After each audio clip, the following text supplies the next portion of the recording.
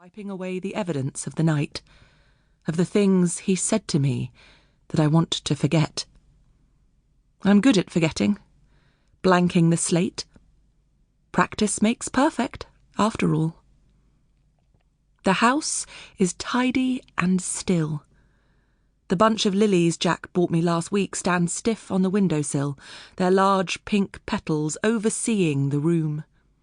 Apology flowers. I could open up a florist, if it wasn't such a tacky idea. There's a sound outside, and, curious, I move to the front window, lift the thick dove-grey curtain to one side so that I can see the Edwards' front garden.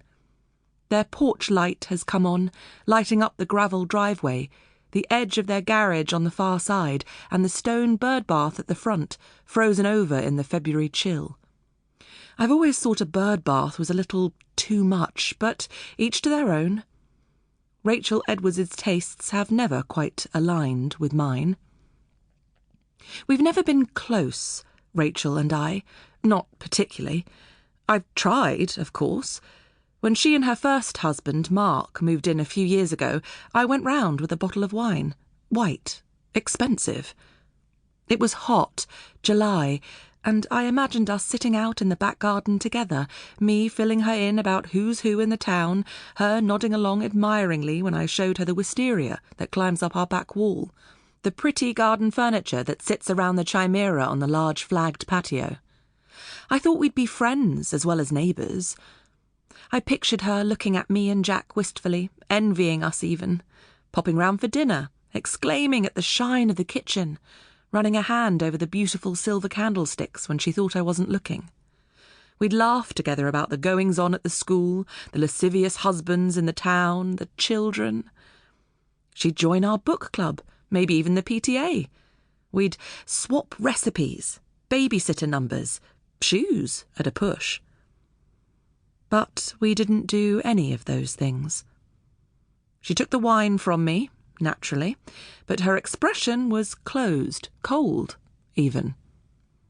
My first thought was that she was very beautiful. The Ice Queen next door. "My husband's inside," she'd said. "We're just about to have dinner, so perhaps I can pop round another time?" Behind her, I caught a glimpse of her daughter, Clare.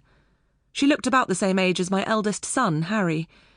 I saw the flash of blonde hair, the long legs as she stood still on the stairs, watching her mother. She never did pop round, of course.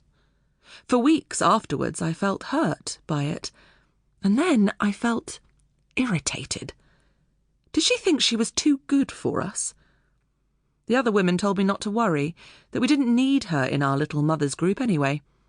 "You can't force it," my friend Sandra said. Over time, I let it go.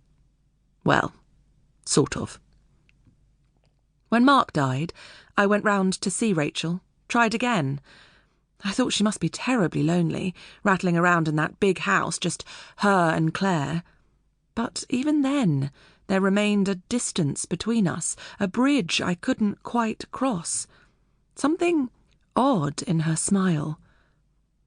And then, of course, she met Ian, husband number 2. After that, I stopped trying altogether.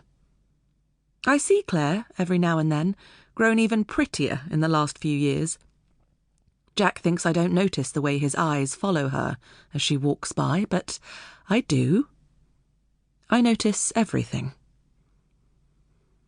I hear footsteps on the gravel and recoil from the window as a figure appears, striding purposely towards our front door. I open it before they can knock, thinking of my younger children, Finn and Sophie, tucked away upstairs, dreaming, oblivious.